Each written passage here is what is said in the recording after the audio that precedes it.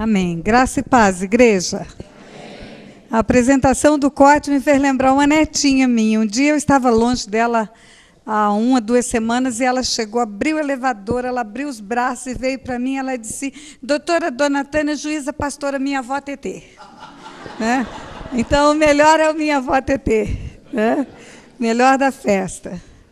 Queridos, eu tenho que pedir desculpa a vocês pelo pouquíssimo material que tem aí, mas eu estou viajando há praticamente 1 mês e saí de casa com muito material, mas passei em Salvador, passei em Imperatriz, passei em Goiânia e vim para cá direto. Então, não sou como o Cote, que está no quintal da casa dele, aí, o material, né? Nem o Luciano Subirá, que também está ali no outro endereço, mas nessa cidade. Mas eu vou deixar o meu e-mail aqui, e se você quiser receber a lista do material por e-mail, eu posso te enviar e posso fazer a remessa pelo correio para você, se tiver interesse. Mas sem uma apostila que está saindo do forno agora, aqui, acabou a gráfica que está aqui no quintal da casa do Cote, acabou de me trazer, além dos poucos materiais que eu tenho, dessa apostila vai ter para oferecer hoje. É um curso de libertação que fizemos na cidade de Resende, que durou 4 meses, um curso por módulos. E aqui tem com profundidade estruturas espirituais e princípios espirituais para um curso de libertação. Viu? A Paula aqui, minha filha espiritual, vai estar cuidando desse material para mim. Tem DVD sobre princípios espirituais, sobre autoridade espiritual, sobre herança espiritual, sobre promiscuidade, tem CD sobre paternidade, enfim, um pouquinho de cada coisa. Mas eu fico devendo enviar por e-mail para você a lista de material. Mas eu não vou pegar o seu e-mail, não vou prometer isso como o Luciano prometeu. Você vai passar o e-mail para mim, e aí eu te respondo, tá bom? Eu quero orar uma vez mais. Pai, eu coloco diante do teu trono de graça, Senhor, a disponibilidade do meu coração de fazer algo aqui que vai agradar o teu coração, Pai.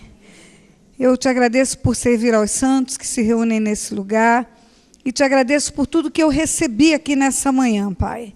Eu entendo que a tua medida de graça já está sobre essa escola, Pai, e que nós fomos edificados de uma forma muito especial nessa manhã, em nome de Jesus. Amém, igreja? Na esteira da palavra do Luciano, eu quero dizer algo para a igreja. Falou tanto em edificação das futuras gerações, né? Falou tanto em estabelecer a casa. Mostrou na Bíblia para nós hoje de manhã situações de homens que foram aprovados por Deus no seu ministério, na sua vida pessoal, mas que colheram uma herança desastrosa nas gerações futuras. E aí a pergunta é, como que vamos edificar a nossa casa? Como que nós vamos edificar a nossa casa e como que nós vamos ser conselheiros de ovelhas, pessoas que vêm nos ajudar para edificar a casa deles, para ajudá-los na edificação da casa deles?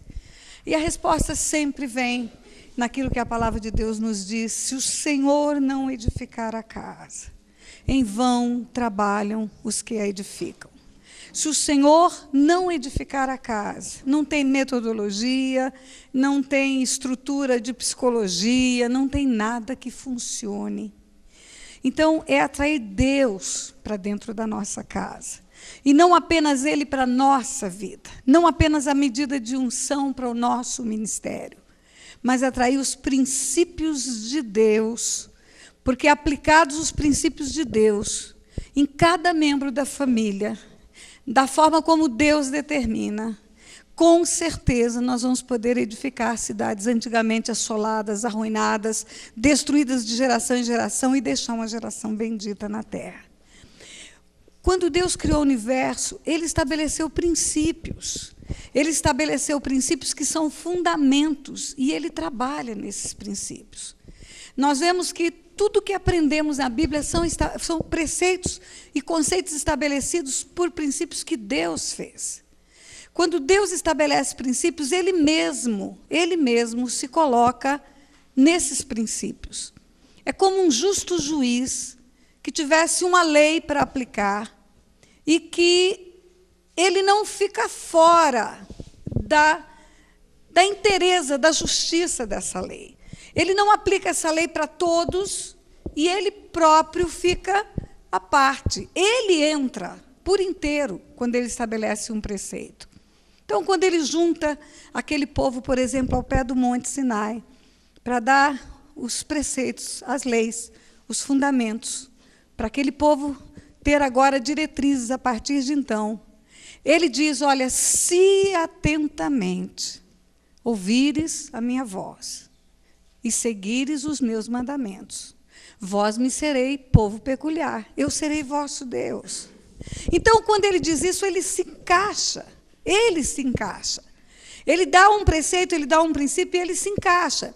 Se você fizer isso, eu vou fazer isto. Se você reagir dessa forma, vai ter essa resposta. E você vai encontrar na lei de Deus toda a provisão de punição, quando nós rompemos esses princípios, mas toda a provisão de bênção, de recompensa, quando nós cumprimos os preceitos. Então, é uma lei perfeita. Ele fez para estabelecer o equilíbrio do universo que ele criou. E no coração dele, ao criar a terra e conceder essa terra como uma dádiva para o homem, ele quis estabelecer na terra os princípios que no seu coração haviam de justiça, de paz, de benignidade. E o homem na terra replicar aquilo que o coração de Deus tinha quando criou a sua imagem e a sua semelhança. Quando a Bíblia diz os céus são os céus do Senhor, mas a terra deu a ele aos filhos dos homens, em Salmo 115, versículo 16, o Senhor está dizendo, deu a terra para domínio, para governo. É lógico que isso não anula aquele outro versículo que diz, a terra e todos os que nela habitam são do Senhor, mas eu não estou falando de propriedade, a propriedade da terra é do Senhor.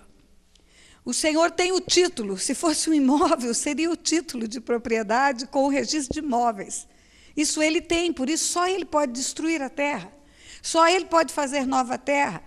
Mas eu estou falando da figura jurídica do domínio, da posse. Ele entrega para que o homem domine, governe. Também disse Deus, Gênesis 1, 26, façamos o homem à nossa imagem, conforme a nossa semelhança, e tenha ele domínio sobre os animais que voam, que rastejam, que estão na água, sobre toda a terra. Esse domínio, esse governo que Deus entrega para o homem, era um propósito do seu coração de ter uma família na terra, nos moldes que ele estabeleceu no seu coração. Quando aprendemos sobre a paternidade de Deus, nós vemos que no livro de Lucas, capítulo 3, quando fala da genealogia de Jesus, aqueles textos que muitas vezes a gente passa batido, porque é fulano, filho de fulano, termina dizendo Adão, filho de Deus. Adão, filho de Deus.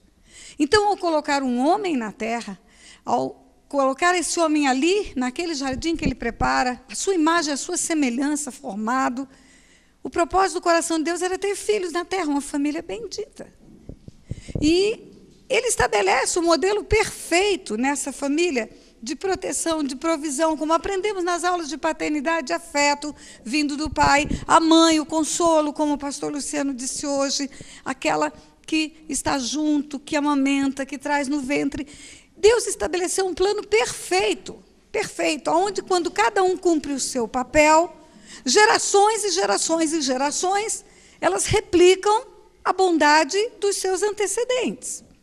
Então, quando falamos de heranças espirituais, por exemplo, nós estamos sempre preocupados e focados com os passados, com a árvore genealógica, com os galhos mais grossos que vieram antes de nós. Aí estamos preocupados com a libertação nossa e até das nossas ovelhas, daqueles que procuram conselho, e estamos preocupados com quem foram seus pais, seus avós, seus bisavós, seus tataravós, para separar a questão da herança espiritual, que é a responsabilidade dos pais, que vem como um legado para os filhos, da responsabilidade pessoal para fazer as confissões dos seus pecados e das heranças para fazer as confissões dos pecados geracionais.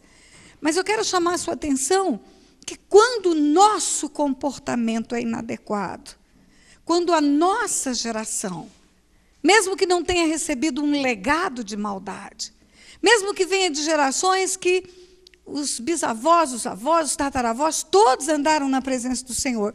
Quando a escolha do mal vem para a nossa vida, nós começamos uma cadeia geracional de maldade para filhos, netos, bisnetos e tataranetos.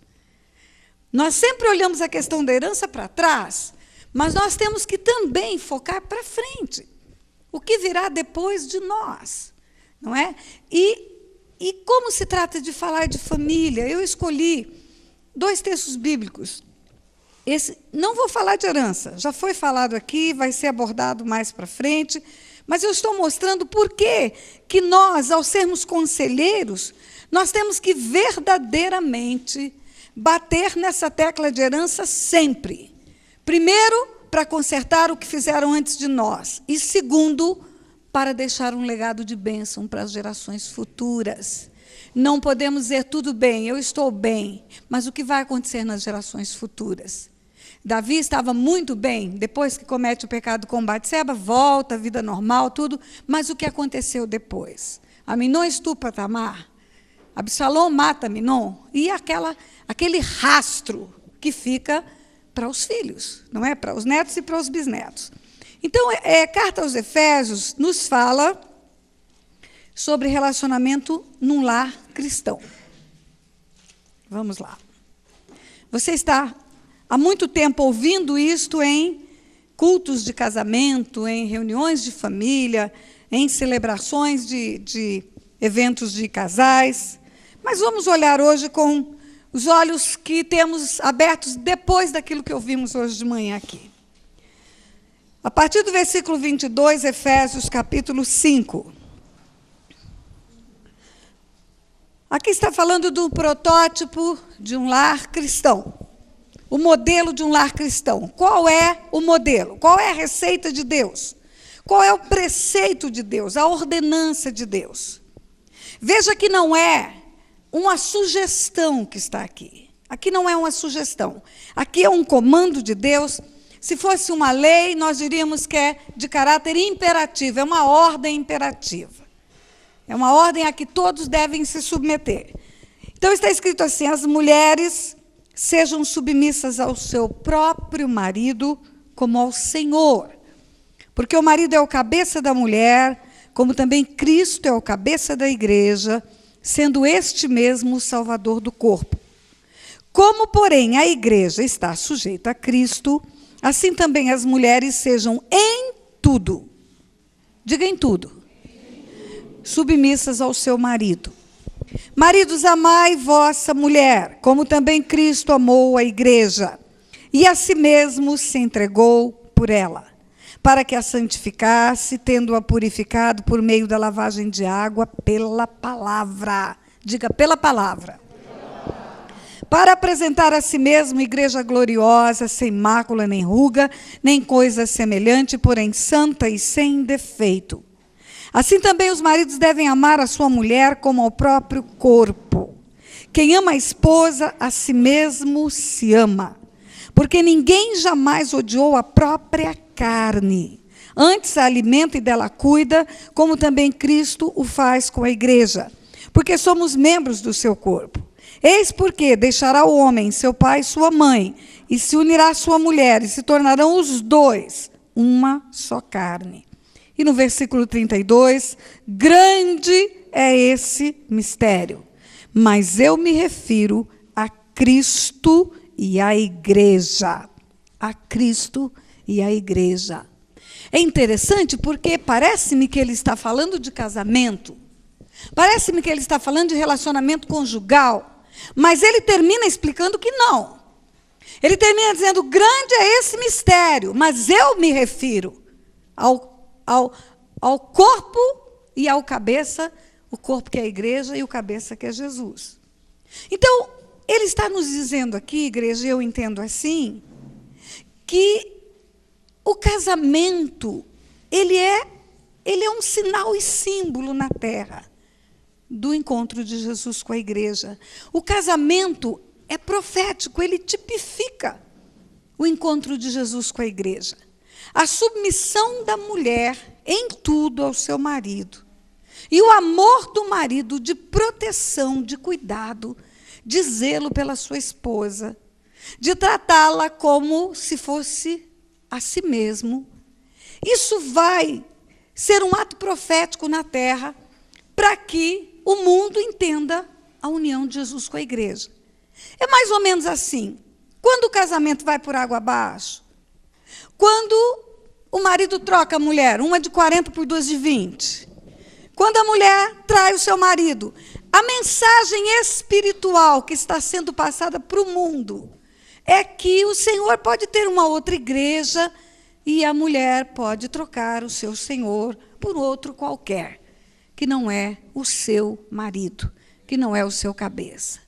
Então, os atos que ocorrem no casamento, o proceder de acordo com a palavra de Deus, ou a destruição que se instala pela aplicação de modelos infernais, eles respondem no mundo espiritual de uma tal maneira que influencia a leitura que o mundo faz do encontro de Jesus com a igreja. Não vos conformeis com esse mundo, mas transformais pela renovação da vossa mente. O nosso comportamento nos faz como luzeiro no meio de uma geração corrupta. O nosso proceder passa a ser um espelho do que é verdadeiramente a vida da igreja com Jesus. E aí vamos ver isso aqui com detalhes. Então, mulheres, sejam submissas ao seu próprio marido como ao Senhor. Eu creio que Deus fala aquilo que é o mais difícil. Ele fala da submissão para a mulher e ele fala do amor para o marido. O marido mais lógico, mais racional, a mulher mais emocional. Então, ele fala, maridos, amai vossas mulheres. Amai, aquela manifestação de amor, mas é o amor de 1 Coríntios. É um amor que não desiste nunca, que tudo suporta. Um amor que não suspeita do mal. Enfim, é o amor bíblico. É o amor com que Jesus nos amou. Porque quando Jesus fala de amor para os discípulos dele, quando o Senhor nos fala de amor, ele fala daquele amor que ele determina como o 11º mandamento. Um novo mandamento vos dou, que vos ameis uns aos outros como eu vos amei. E nisto todos conhecerão que sois meus discípulos. Um amor igual dele, um amor que transcende o entendimento do homem. Um amor que faz com que os defeitos sirvam para intercessão e para o perdão. Qual foi o amor dele na cruz? Pai, perdoa porque não sabem o que fazem. O que ele exerceu na cruz? Intercessão e perdão. Intercedeu ao Pai e perdoou. Então, quando fala para a mulher ser submissa, porque o mais difícil para a mulher é a submissão. Não sei vocês, mas tem chegado às minhas portas para atendimento tantos casamentos que são arrombados, destruídos por Satanás, por causa da insubmissão da esposa.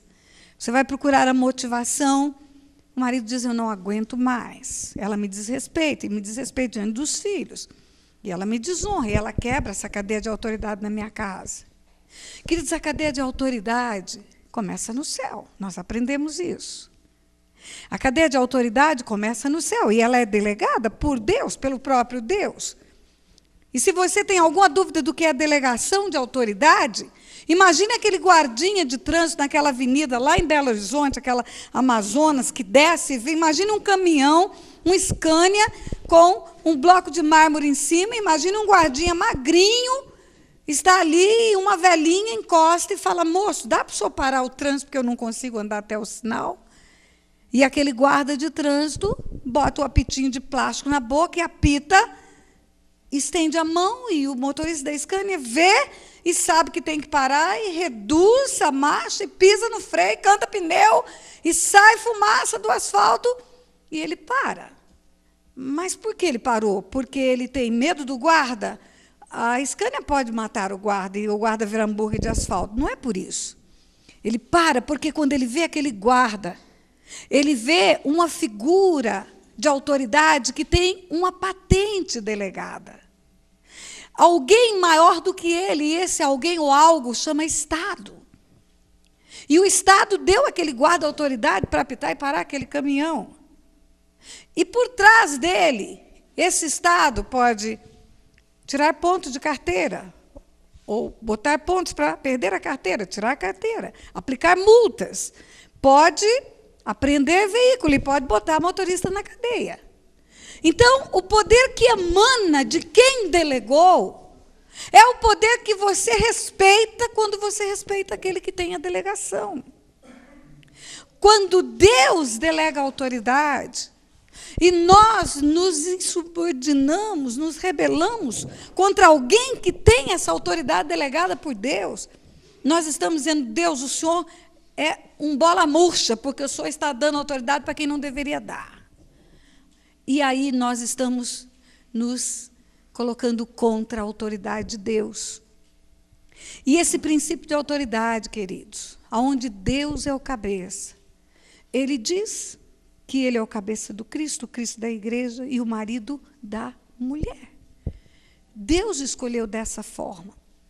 Deus escolheu que fôssemos uma só carne, fôssemos um só diante dele, mas um é autoridade.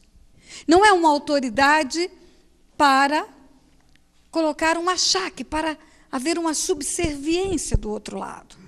É uma autoridade com respeito para estabelecer as metas, os objetivos, ter os preceitos da casa.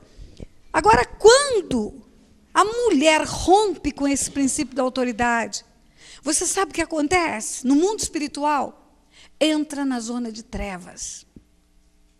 Ela sai da zona da luz e ela entra na área de trevas. No mundo espiritual há uma tênue linha, aonde está a luz e onde está as trevas. Uma ação do homem pode atrair trevas. Por isso que está escrito: irai-vos, mas não pequeis, não deis lugar ao diabo. Por isso que o código fala que quem não tem domínio próprio tem um demônio próprio. Quando você ira dar lugar para o diabo, você passa a ter um demônio. Você passa a ter uma estrutura espiritual maligna que pode te influenciar. E quando eu falo de trevas, eu estou falando de trevas mesmo, eu não estou falando só de confusão. Porque se você caminhar comigo até o princípio dessa quebra de autoridade, você vai ver que havia um anjo de luz no céu, o portador da luz. Esse anjo chamava Lúcifer. A diferença entre Lúcifer e Satanás, qual é? É a quebra do princípio da autoridade. Torna-se demônio aquele que foi criado para ser anjo de luz. Ele tem toda a natureza de anjo. Ele foi criado com toda a natureza de anjo dele. E mais, quando a Bíblia fala dele, a Bíblia fala que ele era ungido. Igreja, ele era ungido. Alô, você está escutando? Ele era ungido. Ungido. E ele assistia aonde? Na congregação do céu. Não era pouca coisa, hein, gente? Pensa uma igreja boa. Ungido na congregação do céu. Ungido e na congregação do céu. E tornou-se Satanás. Foi expulso da presença de Deus, porque quebrou o princípio da autoridade. E não pode haver caos e haver presença de Deus. Não pode haver a independência e a presença de Deus. Sabe, igreja, eu vou falar uma coisa para vocês. Eu creio no que eu vou dizer. Quando Isaías teve a visão do trono de Deus, a glória de Deus enchendo o templo, enchendo a terra, as abas das vestes do Senhor enchendo o templo, querubins, serafins voando ao redor do trono. E ele viu os anjos dizendo uns para os outros: Santo é o Senhor, Santo é o Senhor, Santo é o Senhor. Os anjos não disseram para Isaías, não.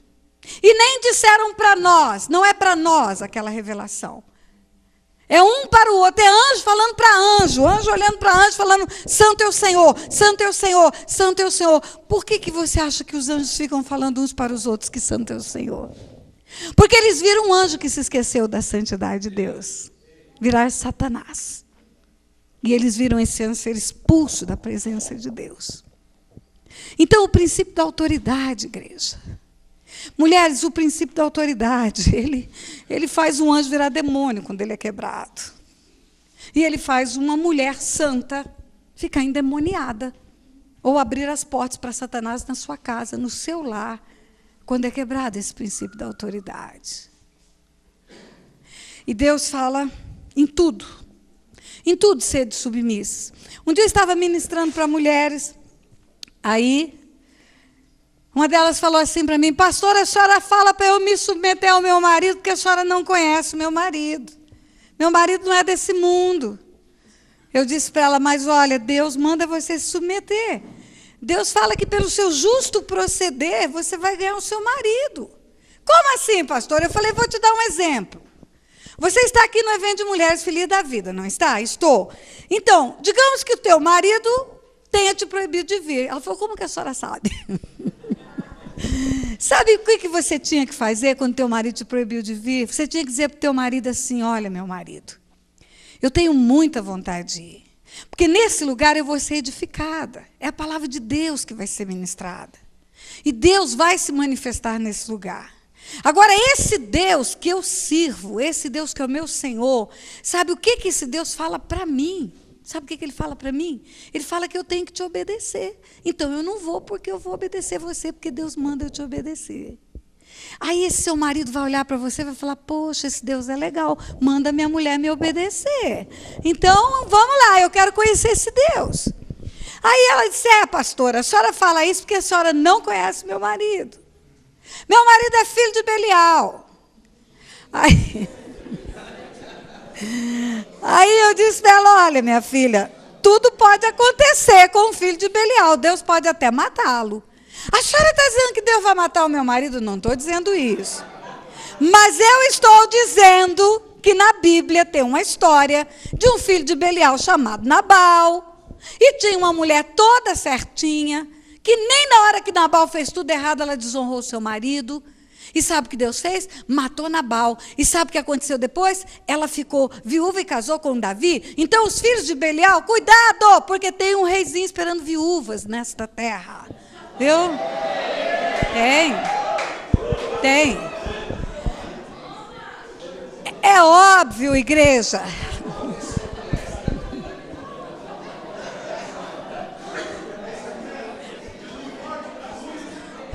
Calma. Calma. Você viu? É óbvio, igreja, que Deus não quer. É óbvio, igreja, que Deus não quer uma submissão à violência doméstica, uma submissão ao abuso sexual.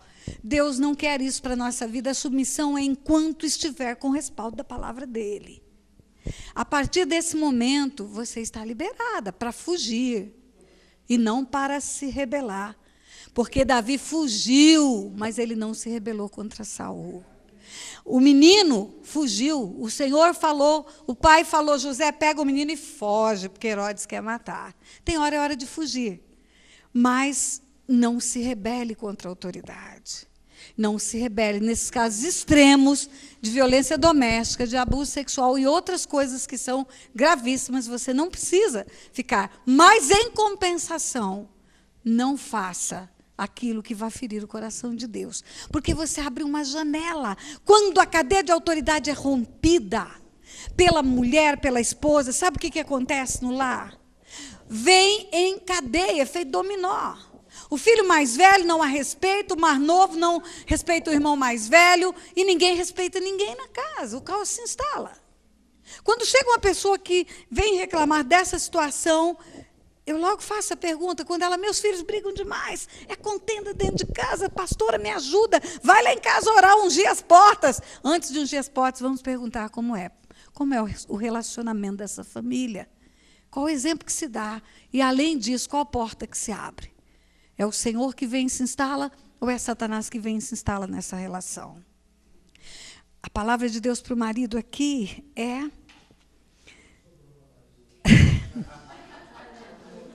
amai vossa mulher como Cristo também amou a igreja. E assim mesmo se entregou por ela. Sabe o que é isso? Diga amor sacrificial, diga. É isso que está escrito aqui. Amor sacrificial. Para que a santificasse, tendo-a purificado por meio da lavagem de água pela palavra. Pela palavra. Você entende como que o marido santifica a sua esposa? Como que ele pode mudar circunstâncias na casa dele? É pela palavra. É aplicando preceitos da palavra de Deus até para admoestar a sua esposa. Até para trazer o que é correto para dentro de casa. Mas sempre pela palavra. Para quê? Para apresentar a si mesmo. Ele vai trabalhar na vida dessa esposa. Ele vai cuidar dessa mulher.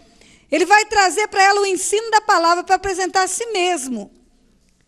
Como igreja gloriosa, sem mácula, nem ruga, nem coisa semelhante, porém santa e sem defeito. Queridos, eu quero fazer um teatro aqui antes de prosseguir. Pastor Feitosa e pastora Elaine, queridos do meu coração. Vem cá. Fica de frente um para o outro, de lado para a congregação, assim. Isso. Isso. Abraça e dorme. Abraça pela barriga. Assim, isso, e dorme. E dorme. Dorme. Olha para mim. Olha para essa figura aqui. Em Gênesis capítulo 5, versículo 1, está escrito que no dia em que Deus formou o homem, a sua imagem e semelhança, macho e fêmea os formou e os abençoou e deu a eles o nome de Adão. No dia em que Deus formou o homem, a sua imagem e semelhança, macho e fêmea os formou, os abençoou e lhes deu o nome de Adão. Adam, humanidade. No livro de Gênesis está escrito que ele fez cair pesado sono sobre Adão. Aqui está Adão. Adão é humanidade. Um ser só foi criado. Ele não criou 2 bonecos e soprou o fôlego da vida. Ele criou um só. Ele escolheu criar um e neste um colocar toda a essência da raça humana, que seria feminina, e toda a essência da raça humana, que seria masculina. Todo o gênero da humanidade está aqui. E a Bíblia diz que ele fez cair pesado sono sobre Adão. Abriu o seu peito. Tomou uma parte, levou. Transformou e devolveu. E quando devolveu, ele disse: essa é osso dos meus ossos. Essa é ossos dos meus ossos. Carne da minha carne. Carne da minha carne. Outra vez, osso dos meus ossos. Ossos dos meus ossos. Carne da minha carne. Por isso, deixará o homem, pai e mãe, unir-se à sua mulher. E serão os dois. Os dois. Uma só carne. Uma só carne. Senta lá.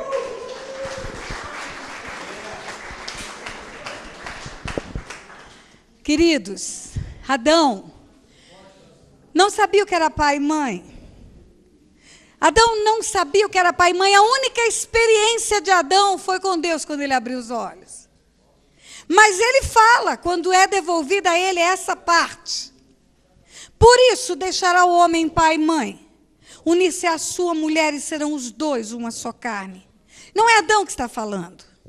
É Deus que está profetizando pela boca de Adão. O primeiro profeta bíblico é Adão. E a primeira profecia sobre casamento. Por que eu sei que não é Adão? Porque quando Jesus é inquirido pelos fariseus a respeito do divórcio, no livro de Mateus, capítulo 19, que perguntam a Jesus: é lícito ao homem repudiar sua mulher por qualquer motivo? Jesus responde: não viste o que disse o Criador desde o princípio? Deixará o homem pai e mãe, unir-se à sua mulher e serão os dois uma só carne. Os fariseus continuam na investida, que depois nós vamos falar sobre isso.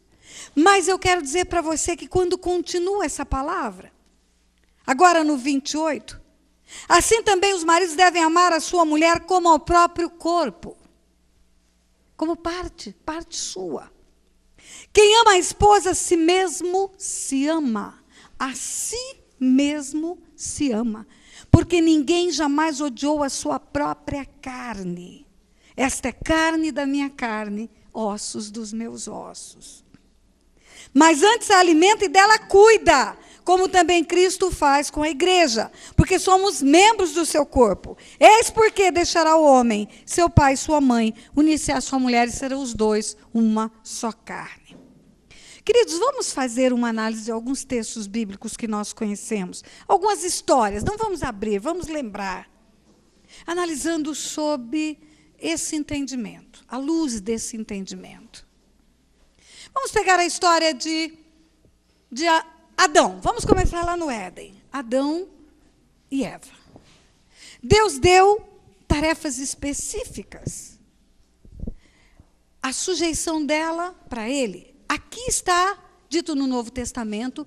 No Velho Testamento, lá no Éden, eles dois receberam um governo, eles dois receberam a ordem de Deus para multiplicar, para frutificar, para encher a terra. Agora, Deus falou claramente com o homem, com Adão: guarda o jardim. O jardim é a casa, guarda a casa. Protege a casa, porque ali já estava estabelecido que ele seria o cabeça, o guardião. Ele seria aquele que daria respostas diante de Deus para o que acontecesse naquele lugar. Guarda a casa, proteja a casa. Por que guarda? Porque Satanás já foi expulso dos céus. Lúcifer já virou um demônio. E esse demônio já está rodeando a terra. E já está rugindo como leão, buscando como quem possa tragar e querendo entrar. E ele sabe qual é o princípio para sair da presença de Deus. É a desobediência. Ele já aprendeu na prática que se ele for desobediente à vontade de Deus, é expulso. Então, esse homem formado em imagem e semelhança de Deus, se for desobediente, também vai ser expulso. E agora o intuito dele, ferir o coração de Deus, tirar o homem do lugar onde Deus o colocou. Éden, presença de Deus. Éden é presença de Deus. E aí ele vai induzir o homem, influenciando quem? A mulher. Você escuta muitas piadinhas sobre isso. A mulher é responsável, a mulher é responsável, a mulher é responsável.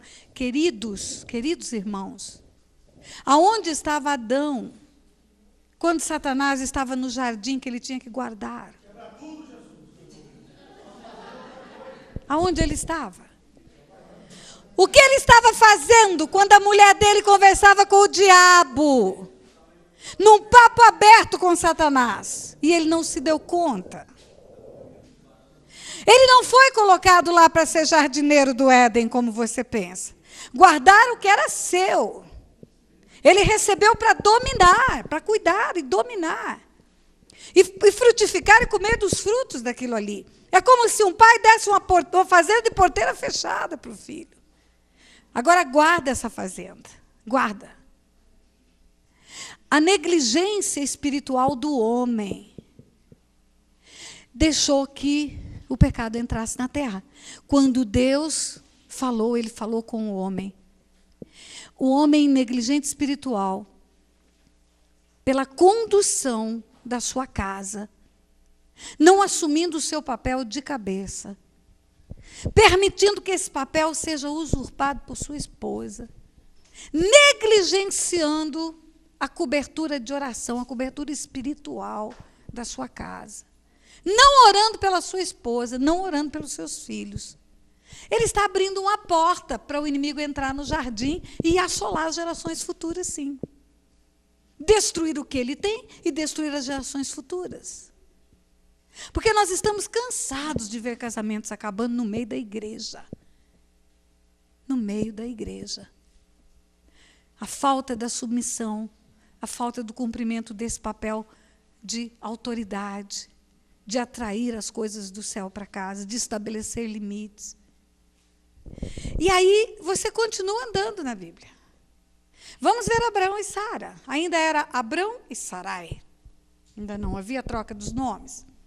Quando Deus manda esse homem seguir para ir rumo a uma terra que Deus lhe daria, ele vai e para no Egito. Tem fome na terra, ele tem medo da fome, ele vai para o Egito. Primeira coisa, não confiou na provisão de Deus. Chegando no Egito, esse homem entrega a sua mulher nas mãos de Faraó. Preocupado com a sua sobrevivência, preocupado com a sua vida, não porque podem me matar se descobrirem que ela é minha mulher, porque ela é linda demais. Então eu vou mentir que ela é minha irmã, e sendo linda demais e sendo irmã, foi levada para a cama de Faraó. Queridos, não ficou pouco tempo na cama de Faraó, não. Sarai ficou muito tempo, porque quando você vai ler o texto bíblico, Abrão ainda ficou rico. Teve ovelhas, teve cabras, teve escravos, teve prosperidade. Foi um longo tempo. Um longo tempo pagando a sua prosperidade com o sacrifício da sua mulher. Que proteção é essa? Aí você vai entender por que 400 anos de cativeiro no Egito. Aí você vai entender, olha as gerações futuras sofrendo a consequência da negligência espiritual do papel de protetor, de cobertura. O papel de guardião da sua casa. Aí você vai entender porque o ventre da sua mulher foi oferecido para o Egito. Ah, meu Deus. Aí você vai entender por que quando ele tem a promessa de Deus de ter filhos e não gera filhos, a mulher dele oferece o ventre de uma egípcia para ele. Consequências espirituais de descumprimento dos preceitos e dos princípios de Deus. E quando você continua andando, você vai agora para o filho Isaac dele. Isaac, Rebeca, coisa linda. Vemos tantos textos, Rebeca de Isaac, Isaac de Rebeca. Você se lembra do velho Isaac velho? Estava sobre o leito, já quase cego. E você se lembra que Rebeca teve gêmeos, Esaú e Jacó? E aqui eu quero fazer um parênteses para você. Quando ela disse, tem uma confusão aqui na minha barriga, sabe o que Deus respondeu para ela? Tem 2 nações aí dentro, nações. Não tem 2 crianças, tem 2 nações. Quando a mulher aborta, ela aborta nações. Ela aborta filhos, netos, bisnetos, tataranetos e toda a linhagem dela, que viria daquela criança. Tem 2 nações no seu ventre. Agora Deus dá uma comunicação para ela. O mais novo vai dominar. O mais velho, o primogênito, vai estar sob o domínio do mais novo. Quando ela recebeu essa palavra, Deus não estava pedindo ajuda para ela, não. Deus estava protegendo o coração dela, eu creio nisso, já para se preparar para as coisas que iriam acontecer. Agora, o que aconteceu no coração de Rebeca? Imediatamente ela tomou aquilo como uma preferência agora, para justificar uma preferência pelo filhinho da mamãe. O caçulinha vai governar. E quantas mulheres, com preferência a um filho, cria contenda na sua casa, cria confusão no seu lar, inimizade entre irmãos, porque ela tem um queridinho da mamãe dentro de casa. Mas aí foi além essa história. Aí você vai ver o velho doente, quase cego, e ela que já tinha aprovado a tomada da primogenitura, agora ela quer a bênção da primogenitura para ele. E ela fala para ele, vai lá e engana seu pai. Você faz assim, assim, assim, assim, e engana o seu velho pai. O rapaz teve mais juízo que ela. Mãe, ele vai me amaldiçoar se ele perceber. Ela falou, não, eu tomo para mim. Eu resolvo, pode deixar que eu dou conta desse negócio. Assumo tudo isso. E ela faz e cumpre aquele projeto diabólico. Queridos, eu preciso dizer uma coisa para você antes de terminar essa história. Nem toda a sabedoria do céu. A mulher sábia edifica sua casa, sim. A mulher sábia edifica sua casa, sim, mas eu quero ler para você o que está escrito em Tiago, capítulo 3, versículo 13. Quem entre vós é sábio e inteligente, mostra em mansidão de sabedoria, mediante condigno proceder as suas obras. Se, pelo contrário, tendes em vós coração de inveja amargurada e sentimento faccioso, nem vos glorieis disto, e nem mintais contra a verdade. Essa sabedoria não é aquela que desce do alto, antes ela é terrena, animal e demoníaca. Tiago 4, 13 em diante. 3, 13 em diante, perdão. Pois onde há inveja e sentimento faccioso, aí há confusão e toda espécie de coisas ruins. A sabedoria, porém, lá do alto é primeiramente pura, depois pacífica, depois indulgente, depois tratável, plena de misericórdia, de bons frutos, imparcial. Imparcial e sem fingimento. Então ele diz, essa não é a sabedoria que desce lá do alto. Antes ela é terrena, animal e demoníaca. Você entende que a sabedoria de Rebeca foi animal e demoníaca o que ela fez ali? Ela leva um filho a desonrar um pai. Ela quebra os dois princípios. Ela quebra o princípio da submissão e ela quebra o princípio de ensinar o filho a honrar o pai. O filho chega a exortar a mãe, mãe, esse negócio não vai dar certo.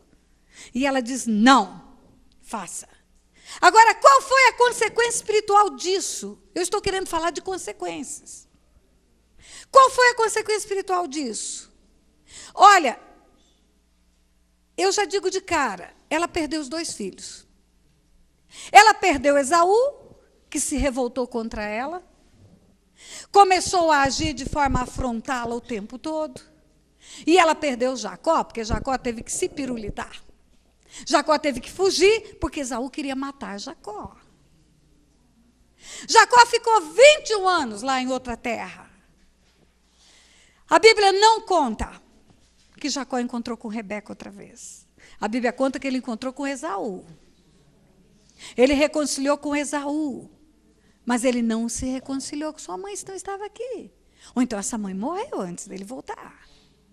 Então essa mulher perdeu os dois filhos. Você entende que aquele princípio que diz que o homem de bem toma nos braços os filhos e os filhos dos filhos, ela não viu na vida dela? Ela não viu. Os filhos dos filhos, Labão viu. O sogro de Jacó, mas ela não. Você entende a semente da insubmissão, aonde ela pode chegar? Que frutos ela pode produzir? Ela pode trazer para as gerações futuras uma desagregação familiar, aonde ninguém se entende com ninguém. Quando chegar para atender uma família dessas totalmente desagregada, você pode procurar que vai ter uma matriarca insubmissa. Vai ter uma matriarca que fez algo que abriu essa janela no mundo espiritual. E as coisas começaram a ruir nas gerações futuras. E aí, queridos, Deus vai dando os papéis que nós temos que cumprir. As leis de Deus, elas são protetivas.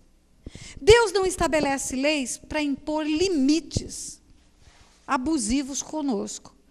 Ele faz uma cadeia, um cerco de proteção. Então, quando ele estabelece esse princípio da submissão à autoridade da esposa, ele está fazendo um cerco de proteção na família.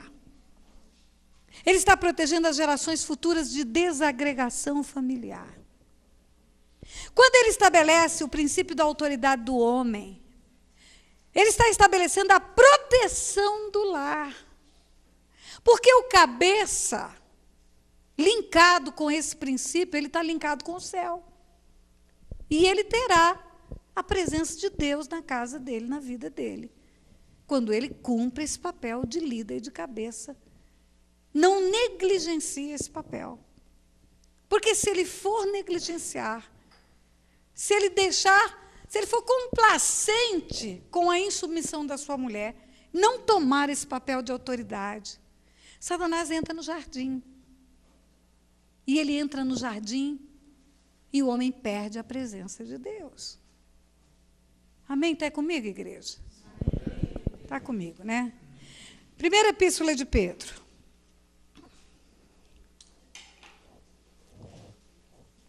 Eu gosto desses conselhos aqui para homem e mulher.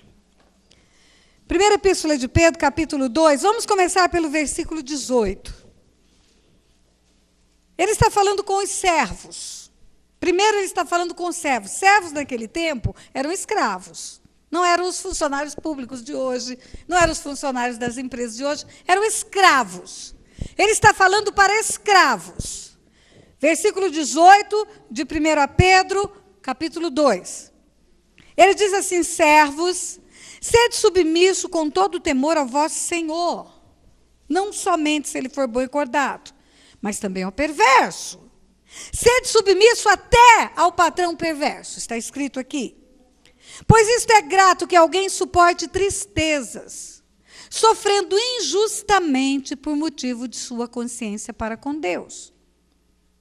Então ele está dizendo para os servos empregados, criados naquele tempo, escravos naquele tempo: olha, vocês sejam submissos ainda que o cara não for bom, ainda que haja maldade nele. Por quê? Porque o seu proceder, a sua consciência para com Deus, te levando a uma submissão sacrificial, isso vai ser de grande valor diante de Deus. Deus vai olhar para você e vai dizer: poxa, esse galardão tem que ser maior do que aquele que tem um patrão bonzinho. Porque esse cara está suportando, por amor a mim e a minha palavra, ele está suportando uma submissão com sacrifício.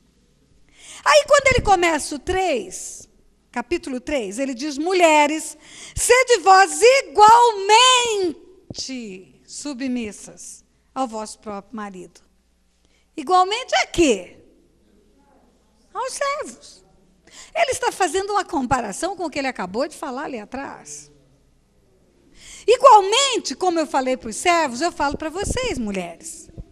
Sede submissos ao vosso próprio marido, para que, se ele ainda não obedece à palavra, seja ganho, sem palavra alguma, por meio do procedimento de sua esposa, ao observar o vosso honesto comportamento cheio de temor. É aquilo que eu falei. Olha, não é o que eu quero, mas é o que eu farei por amor ao meu Deus. Mulher, não tem engano maior, presta atenção, mulheres, câmeras em mim, ó. Não tem engano maior de uma mulher do que aquele onde ela diz assim: eu vou, porque importa obedecer a Deus e não a homens, e meu marido é homem, e eu vou mesmo para a igreja. Querida, o Deus que você está dizendo que obedece, mandou, ele disse: sede submissas. Mandou você obedecer o seu marido. Então você está num engano, achando que na insubmissão ao marido está obedecendo a Deus. Você nunca vai ter o aval de Deus para isto. Essa questão da autoridade é tão séria no coração de Deus, que quando ele fala de votos, se você fizer um voto de jejum, um voto de consagração, e o teu marido disser: não cumpra o voto, Deus te desobriga de cumprir o voto, para que você não seja insubmissa ao seu marido. Ele vai se entender com seu marido, mas ele permite que você descumpra com ele para ser submissa ao marido que ele colocou como autoridade na sua vida. Dá para você entender isso? Agora, olha o que ele diz no versículo 7. Maridos, vós igualmente vivei a vida comum do lar. Olha, comum, igreja, é comum. A vida comum do lar. Marido, você e ela tem que viver comum. Com discernimento. Olhe para mim, igreja. Ele não está falando com entendimento, com conhecimento. Ele não está falando de coisas naturais. Ele está falando de coisas espirituais. Discernimento é discernir o que espiritualmente significa ser um só com ela. Vivei a vida comum do lar com discernimento. E tendo consideração com a vossa mulher como uma parte mais frágil. Queridos, aqui não está escrito a pessoa mais frágil. É a parte, você lembra? Você e ela, juntos diante de Deus, formam um todo, composto de duas partes. Uma parte é ela, outra parte é você. Tratando-a como a parte mais frágil fisicamente, mais frágil emocionalmente. Agora, olha o que continua a dizer aqui. Tratai-a com dignidade, porque sois juntamente,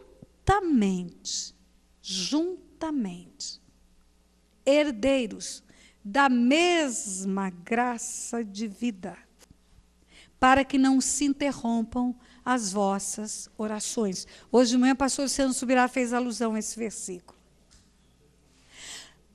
Olha, vou repetir. Maridos, vós igualmente, vivei a vida comum do lar, com discernimento, tendo consideração com a vossa mulher como a parte mais frágil. Tratai-a com dignidade, porque sois juntamente, os dois conjuntamente juntos, herdeiros da mesma graça de vida, para que não se interrompam as vossas orações. Deus está dizendo, se for um time só, vai levar toda a provisão de bênção. Se for 2 times, não leva nada. Ele está dizendo aqui, olha, há uma graça de vida. Há uma graça de vida, uma graça de vida abundante. Há uma graça de estabelecer família bendita na terra. Há uma graça de tomar nos braços os filhos e os filhos dos filhos. Há uma graça de ser recolhido em robusta velhice, como um feixe de trigo a seu tempo. Agora, isto eu estou oferecendo para os dois. Quando uma herança é oferecida para 2 juntamente, eles se tornam co-herdeiros da mesma coisa. Vamos imaginar que aqui seja herança, esse púlpito aqui. Isto aqui é a herança. Um púlpito de ouro para ser entregue. Ou ele entrega para os 2, ou ele não entrega para nenhum, e nunca eles saberão que havia essa herança para eles. As promessas de Deus estavam feitas e nunca chegaram e nunca aconteceram. Tem alguém aí? Um dia, Deus chegou para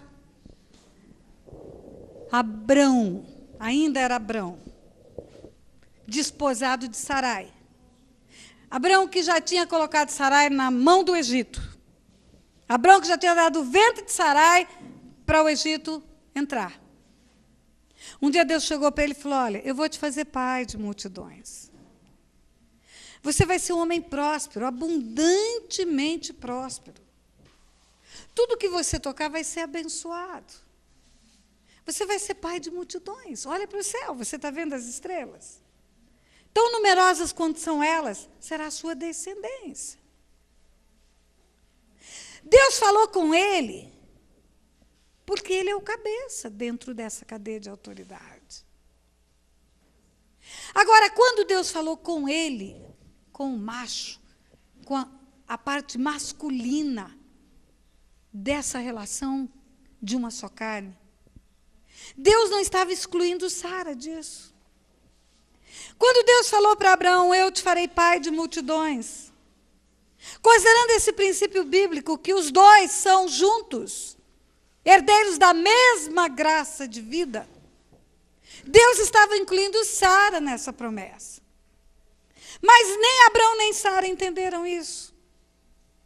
Abrão entendeu que era para o homem, o macho. Eu te abençoarei. Só que quando Deus olha para ele, Deus e ela junto. Deus está falando para uma só carne. Ele está falando para uma parte, porque essa parte é a cabeça, mas a outra parte junto forma o todo. Sara também entendeu que era só para Abrão.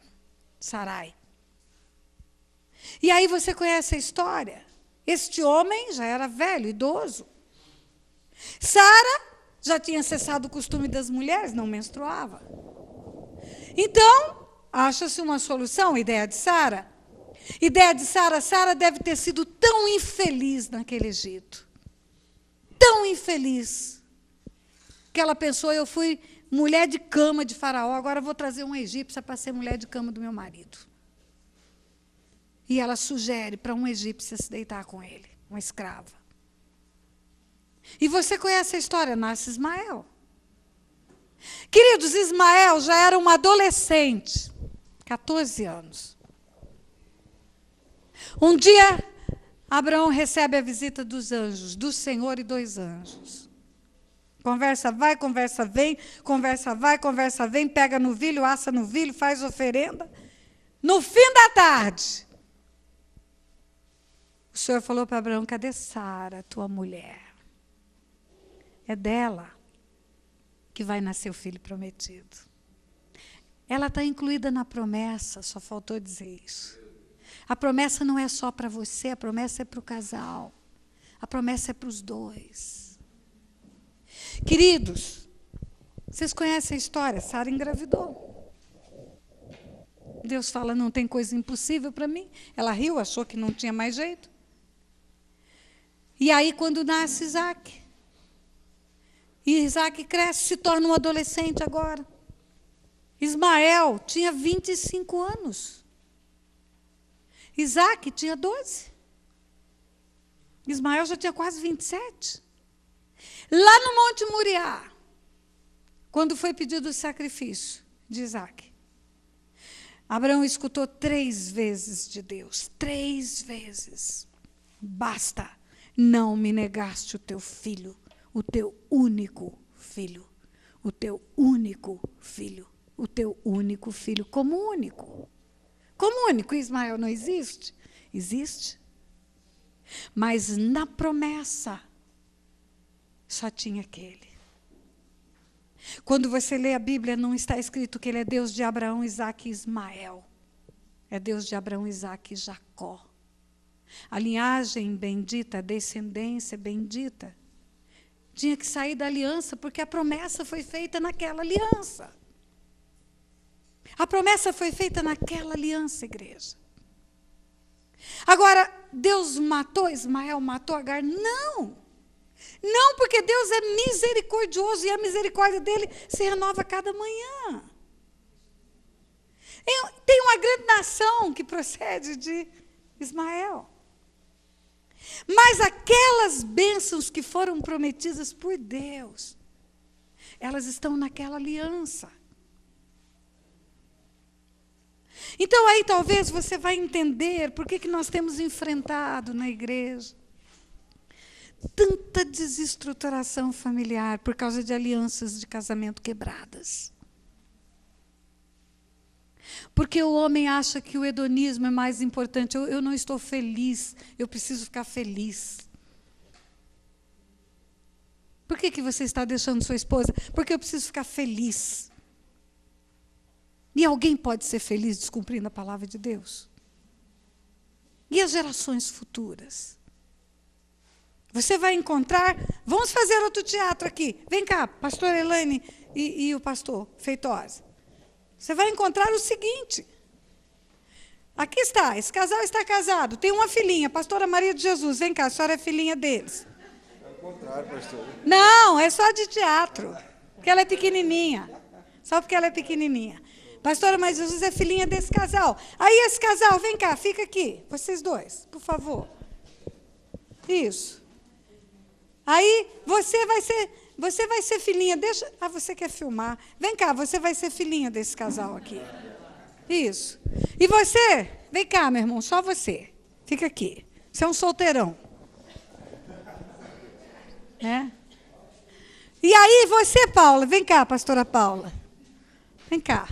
Você é solteira, fica aqui. Fica aqui. Isso. Nós podíamos ter muitos outros casais aqui, mas vamos fazer só com isso.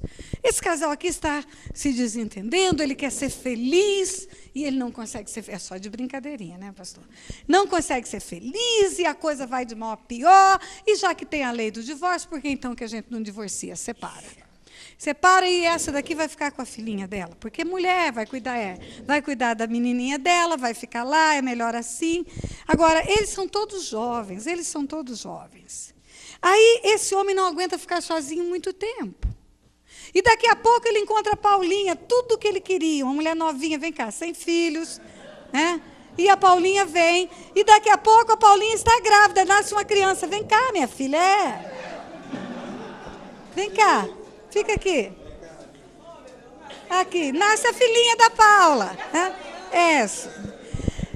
Paralelamente, esse casal também está passando por um desentendimento muito grande. e separa. Agora, esse casal aqui, separa. Esse casal tem essa menina. E essa mulher não pode criar essa menina sozinha. Essa mulher precisa de uma companhia. Esse homem não se incomoda muito, a maternidade é uma questão dela. Aí ela arruma esse marido aqui, vai lá. Solteirão, bonitão, né? E aquela de lá, que não vai ficar sozinha, encontra um coroa também, ó.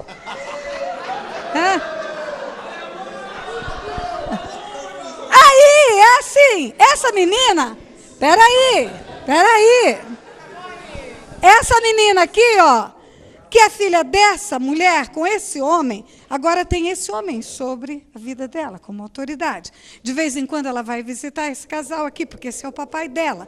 Agora esse papai aqui tem uma mulher que não gosta dela, gosta dessa, porque essa daqui é que é filha dela. E aí trata ela de uma forma terrível. Essa menina começa a desenvolver um comportamento de carência. E começa a se tornar rebelde. Então, a confusão está instalada aqui. Aí, como se não bastasse, essa menina aqui é filha daquele homem de lá, e de vez em quando ela vem visitar aqui. Entendeu? E de vez em quando se encontra com a irmã que está aqui, que não é irmã. Olha, eu vou parar por aqui, porque minha cabeça já embolou. Pode sentar todo mundo.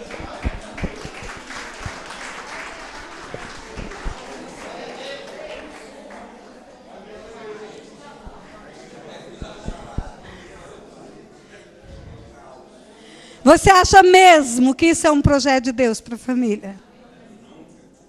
Você acha mesmo?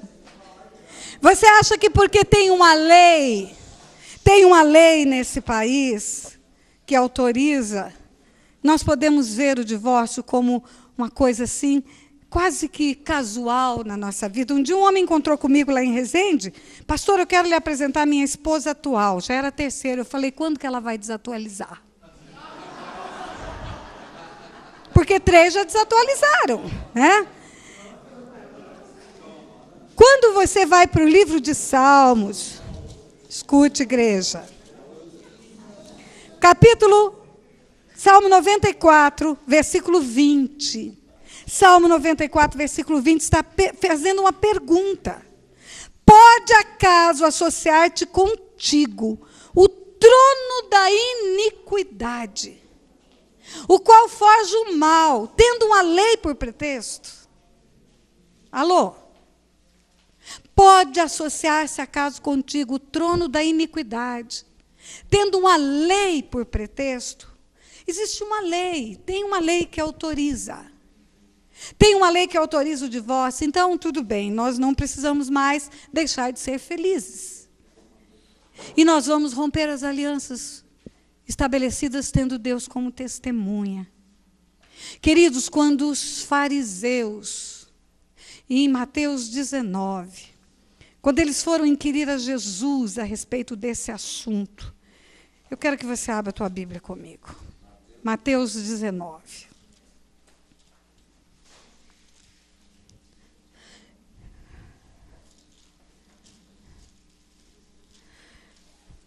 Vieram a ele alguns fariseus e o experimentavam, dizendo: é lícito ao marido repudiar sua mulher por qualquer motivo? Deixa eu fazer um preâmbulo aqui. Antes disso, João Batista foi para a cadeia e perdeu a cabeça. Porque ele falou para Herodes, a mulher que você está com ela não é sua não, é do seu irmão. Olha bem, antes dessa pergunta. João Batista fala para Herodes, você está com uma mulher que não é sua, é do seu irmão. E perdeu a cabeça. Os fariseus, nesse clima, vêm experimentar Jesus para Jesus falar o que ele pensa sobre isso. É lícito ao marido repudiar sua mulher por qualquer motivo? Então respondeu ele: não tendes lido que o Criador, desde o princípio, os fez homem e mulher, e que disse, por esta causa deixará o homem pai e mãe, e se unirá à sua mulher, tornando-se os dois uma só carne? Olha como não foi Adão quem disse, foi o Criador. De modo que já não são dois, mas porém são uma só carne. Portanto, que o que Deus ajuntou, não separe o homem. Jesus está falando agora.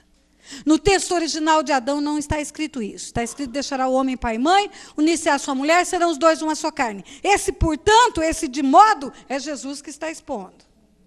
Esse já é o parecer dele. De modo que já não são mais dois, porém uma só carne. Portanto, o que Deus ajuntou não separe o homem. Versículo 6, é parecer de Jesus. Replicaram-lhe.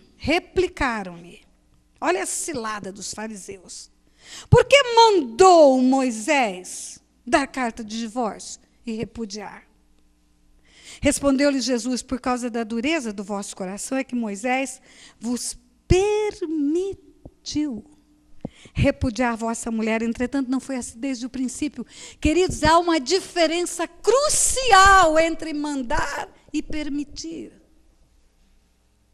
Nunca Moisés mandou. Não existe esse comando da lei. Não existe um comando legal, nem no tempo de Moisés, nem hoje. Existe uma permissão legal. O comando legal, ele estabelece uma obrigação de fazer. Não é isso. Há uma permissão legal. Mas eles começam dizendo: Moisés mandou. Ele diz: não. Foi por causa da dureza do vosso coração que Moisés permitiu. O vosso coração é duro. O vosso coração não tem capacidade para perdoar. O vosso coração não tem capacidade para andar a segunda milha, para restaurar relacionamentos. O vosso coração não tem capacidade para reconstruir uma história. Então, para não haver o que havia, aquele apedrejamento de morte, então ele permite dar carta de divórcio. Respondeu-lhe Jesus: por causa da dureza do vosso coração é que Moisés vos permitiu. Eu, porém, vos digo,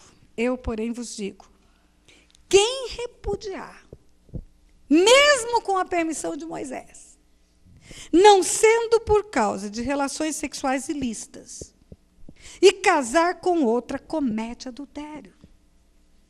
E o que se casar com a repudiada comete adultério, ou seja, repudie por qualquer motivo, você está expondo a cometer adultério se casar outra vez, e está expondo a outra a ser adúltera se ela se casar outra vez.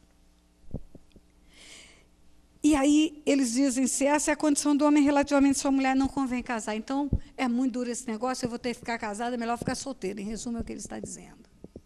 Eu quero chamar a sua atenção, eu não quero prolongar nesse assunto, não, o corte vai abordar isso. Eu quero chamar a sua atenção para o seguinte: aqui tem 4 posições. Tem 4 posições aqui. Tem a posição do Criador. Deixará o homem pai e mãe, unir-se a sua mulher, serão os dois uma só carne. Portanto, o que Deus juntou, não separe o homem. Essa é a posição do Criador. Tem a posição de Moisés, homem. Moisés, homem.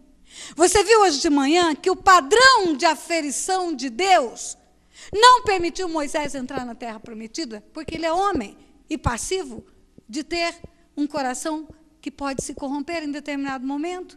O domínio próprio não o exerceu, e o profeta falou pelo coração do profeta e não pelo coração de Deus. Irou-se quando Deus não mandou irar. Esse homem chamado Moisés, que não entrou na terra prometida, homem, Moisés, esse homem permitiu. Permitiu por causa da dureza do coração das pessoas. Melhor dar uma carta e liberar do que botar ela para ser apedrejada. Você se lembra que quando aquela mulher foi pega em flagrante adultério, esse flagrante só tem adultério se tiver 2. Cadê o homem? Cadê o homem? Onde ele estava? Só foi trazida ela para diante de Jesus. Até hoje, naquela cultura, a mulher que é apedrejada. Queridos, Moisés permite pela dureza do vosso coração. Dureza do coração já é pecado, já começa por aí. Porque quando o homem não perdoa, ele já está em pecado. Dureza do coração já está contra os propósitos de Deus. E tem a posição de Jesus. Eu, porém, vos digo que é só nessa situação que é permitido. Fora disso é adultério. Você sabia que muitos no meio do povo de Deus não estão nem com Moisés, nem com Jesus e nem com o Criador, estão com os fariseus defendendo essa tese? De repudiar por qualquer motivo? E nós, queridos, como igreja do Senhor, somos talvez a única instituição na face da terra que tem autoridade para pregar sobre um casamento até que a morte separe. Nós estamos vivendo numa sociedade que se chama pós-moderna, que já negligenciou todos os valores da família. Uma sociedade que levanta bandeira para casamentos de homens com homens, de mulheres com mulheres, e que levantam bandeiras negligenciando o valor do casamento, de homem e de mulher, a aliança, aquela aliança que Deus é testemunha dela. E é nessa aliança bendita que os frutos poderão verdadeiramente ganhar nesta terra a plenitude da vida abundante que Deus tem para dar. Então, o meu conselho para vocês, conselheiros, é lute até as últimas consequências para restaurar casamentos. Lutem, invistam todos os argumentos que vocês têm. Invistam tudo o que vocês puderem para haver perdão, reconciliação, restituição. Não aconselhem separação. Agar e o menino foram punidos por Deus? Não. Deus é misericordioso. Pode haver a quebra dessa aliança, ter uma outra aliança e alcançar a misericórdia de Deus? Pode, claro. Claro que pode. Essa turma toda aqui vai depender muito da misericórdia de Deus. Muito. Cada manhã vai depender da misericórdia de Deus. Cada visita que um filho fizer, cada encrenca que acontecer. Fora a linhagem, fora os traumas emocionais, fora as questões de carência, de paternidade. Agora, queridos, tem uma grande diferença entre misericórdia e graça de vida. Sois herdeiros da mesma graça de vida, ele fala. Sois herdeiros, juntamente herdeiros da mesma graça de vida. Você quer entender a diferença entre a misericórdia de Deus se renovando cada manhã e a herança de uma grande graça de vida? Imagine o povo que foi tirado do Egito para entrar na terra prometida. Quando Deus chamou aquele povo, Ele chamou com um objetivo definido, introduzir aquele povo numa terra que não só manava leite e mel, mas que era tudo de bom, .com. Porque quando você vê a conversa de Moisés, Moisés já sabe que não vai entrar.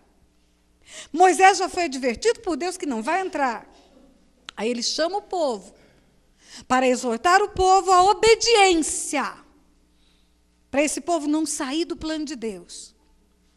E ele diz assim, esse capítulo 6 de Deuteronômio, a partir do versículo 4, ouve Israel, o Senhor nosso Deus é o único Senhor.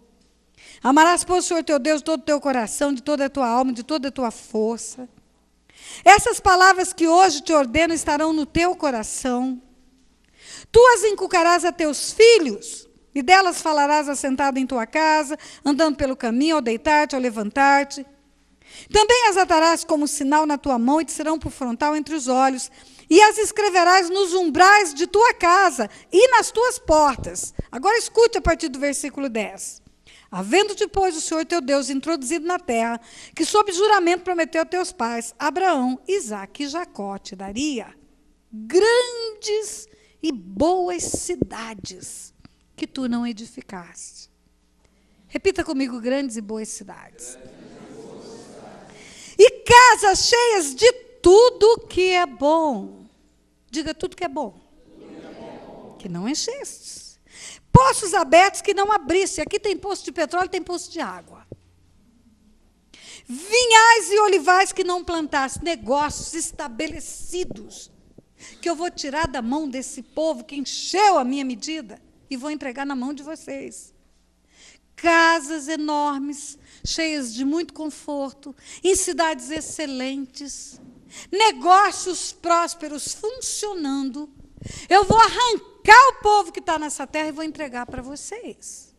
Essa é a promessa de Deus. A bênção da terra prometida era essa. O projeto do coração de Deus era esse. O desejo de Deus era tirar aquele povo do cativeiro e colocar aqui, neste lugar.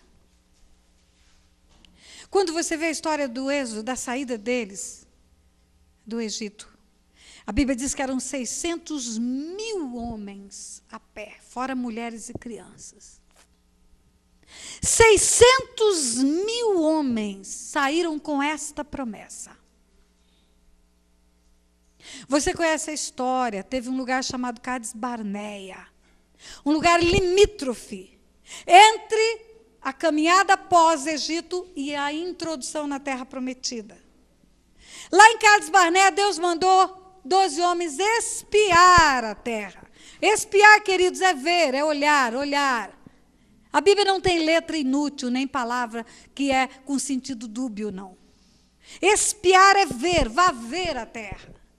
É como se Deus estivesse dizendo, vá ver que tudo isso existe e volte para animar o povo. Para esse povo marchar com vontade. E desapossar essa terra dos gigantes. Você conhece a história que dos 12, a grande maioria, 10, maioria absoluta, voltou com o coração totalmente contra Deus. Murmurando, Deus tirou a gente para morrer, Deus vai matar a gente na mão do gigante. Só dois homens, Josué e Caleb, só dois, perseveraram em ficar no que Deus disse que seria. Eu tenho dito onde eu passo, sabe qual é a minha definição de fé, igreja? É claro que a definição bíblica é minha também, a certeza das coisas que se espera, convicção de fatos que não se veem. Mas eu tenho a definição pessoal que me ajuda muito a elevar a minha fé. Eu digo que fé para mim é crer que Deus é quem Ele diz que é e que Ele fará o que Ele diz que fará. Ele é quem Ele diz que é, Ele fará o que diz que fará. E Ele disse que colocaria esse povo lá. Por causa da incredulidade daquele povo, por não saber esperar o momento da vitória, por não saber construir essa ponte entre o momento difícil e o momento da vida abundante, por não ter paciência e confiar e perseverança e confiar em Deus. Desses 600.000, meu Deus, só 2 entraram. Foram 600.000 cadáveres no deserto. Deserto é lugar de aprender? A gente apregoa. Estou no deserto, estou aprendendo, estou. Deserto é lugar de maná? Deserto é lugar de vitória? Deserto é lugar de punição, juízo de Deus. 40 dias ficaram, 40 anos vão andar e vão morrer. E vão sepultar essa geração. Agora escute, igreja. Deus, mesmo no juízo dele, Ele é misericordioso. Porque Ele é bom, porque a natureza dele é boa, porque a essência dele é boa. Dele vem toda a dádiva, todo dom perfeito. O que aconteceu naqueles 40 anos? Sandálias não rasgaram, cresceram junto com o pé. Vestes não ficaram puídas. Queridos, ninguém adoeceu. A Bíblia diz que ninguém adoeceu. Comida todo dia, e não era qualquer comida, era comida do céu. Água que saía da rocha. Queridos, nuvem de dia para o sol não matá-los, além de dar direção. E coluna de fogo de noite para dar direção e para serpentes, chacais, escorpiões não assolá-los. Olha o tamanho da misericórdia de Deus. Agora me responde, igreja. Me responde. 40 anos andando em círculo, esperando a morte chegar, sepultando uns aos outros, vivendo com a misericórdia se renovando cada manhã. É a mesma coisa que vida abundante, igreja? É a mesma coisa que cidades grandes e boas que não levantaste, não edificaste? casas cheias de tudo que é bom que vocês não adquiriram, com vinhos e olivais que vocês não plantaram, poços que vocês não abriram.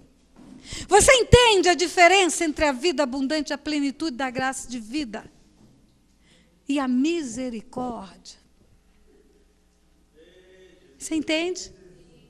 Então, quando quebramos esses princípios, quando quebramos a aliança, quando rompemos com a vontade de Deus na nossa vida, queridos, os frutos que nós colhemos, eles são terríveis nessa terra. E quando nós atendemos pessoas, nós temos a convicção disso. Eu atendi uma mulher agora, em Salvador, poucos dias atrás. Essa mulher contou a seguinte história. Era jovem, estava namorando dentro da igreja, os pais do noivo, do namorado ainda, opondo-se ao casamento, talvez pela juventude deles. Ela não soube explicar por que a mãe do rapaz se opunha ao casamento. Mas ela conseguiu convencer o rapaz a revelia da mãe, sem a bênção da mãe, fazer o noivado. Foi um dia na casa dela, fez ele comprar aliança e fizeram a aliança do casamento lá, com a presença dos pais dela, sem a presença dos pais dele. Imagina a tristeza do coração da mãe, chegando esse filho de aliança no dedo. Mas marcou-se a data do casamento. Está marcada a data do casamento. E quando faltavam 3 dias para o casamento, ela percebeu que ele estava arrefecendo naquela vontade. Como se ele estivesse recuando. Ela falou, meu Deus, a mãe dele está conseguindo influenciar e até no altar ele pode desistir. E o que ela fez? Ela quase que foi a estupradora, abuso sexual mesmo dele. Chamou ele lá num quarto para ver roupa de casamento, estava pelada, fez igual a mulher de Potífara e se agarrou nele, e agora a gente já pode ir para a cama, porque já está com o casamento marcado, e forçou aquela situação. Aí, terminou o ato sexual, ela falou, agora você vai e conta para sua mãe que eu já sou sua mulher. E vai fazer o quê? Casou. Aí ela começou a contar a história do casamento dela. O que aconteceu desde o primeiro dia? Uma decadência de valores, rompimentos do respeito, rompimentos da dignidade. E o que é pior, 11 anos de casada e não tinha filhos. Não tinha filhos, doida para ter filhos. Toda família tem muitos filhos e ela sem gerar filhos. Vai para o médico, faz exames. Tudo normal, espermiogênese dele, ou a ovulação dela, tudo normal. Aí um dia ela escutou uma palavra sobre arrependimento, confissão de pecados e tal. E caiu a ficha. O Espírito de Deus ministrou aquela moça. Caiu a ficha, ela foi procurar a sogra, ela e o marido, os dois. Colocaram-se de joelho diante da sogra, pediram perdão e pediram a bênção sobre o casamento. Ela falou, pastora, naquele mês eu já não menstruei mais, eu engravidei uma semana depois. Eu entendi, sabe o que acontece? Quando você quebra um princípio desse da honra aos seus pais, da honra à sua mãe para escolher casamentos que você está desobedecendo, a maldição vem. Não é a mãe que é má e amaldiçoa. Essa maldição vem do céu. É a punição da lei da desobediência.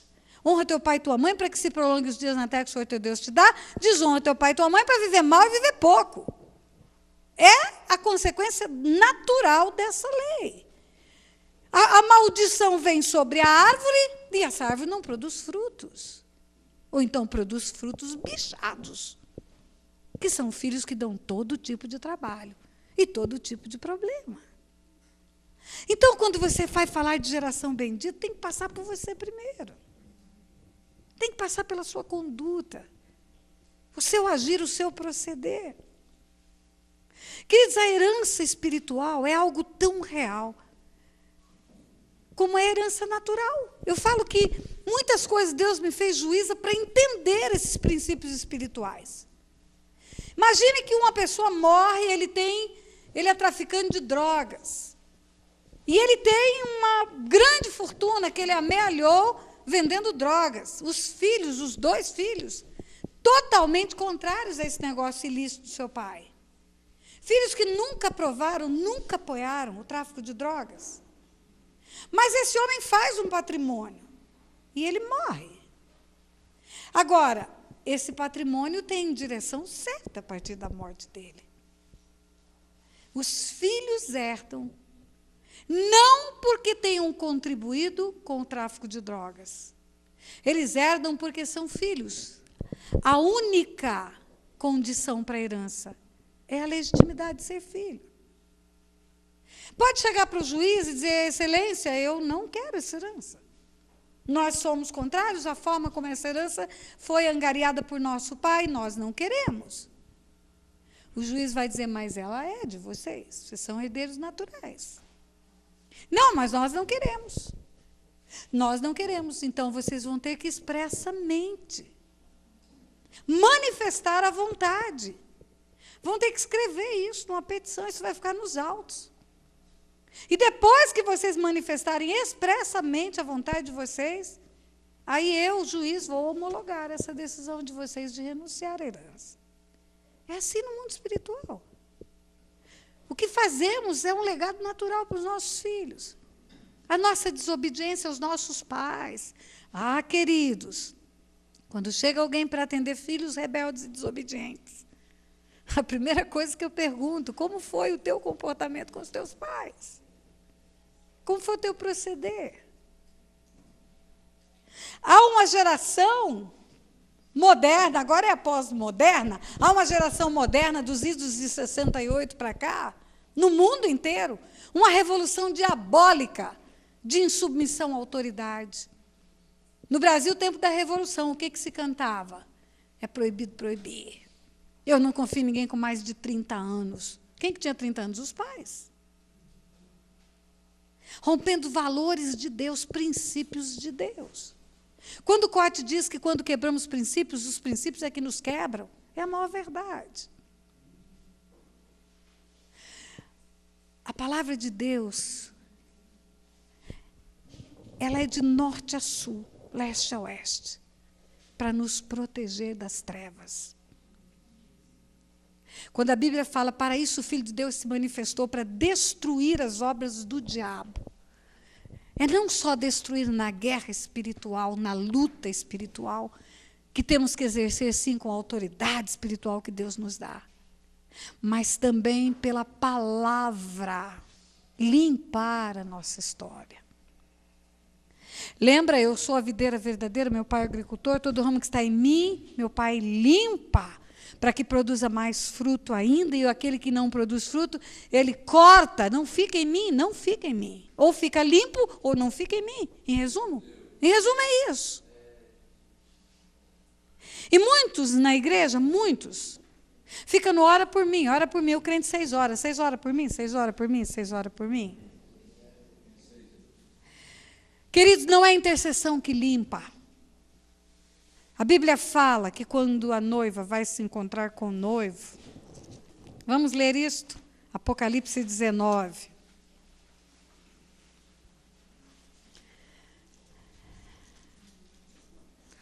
O encontro da noiva com o noivo. Versículo 6. 19:6. Então ouvi uma voz como de numerosa multidão, como de muitas águas, e como de fortes trovões, dizendo, aleluia, pois reina o Senhor nosso Deus, o Todo-Poderoso.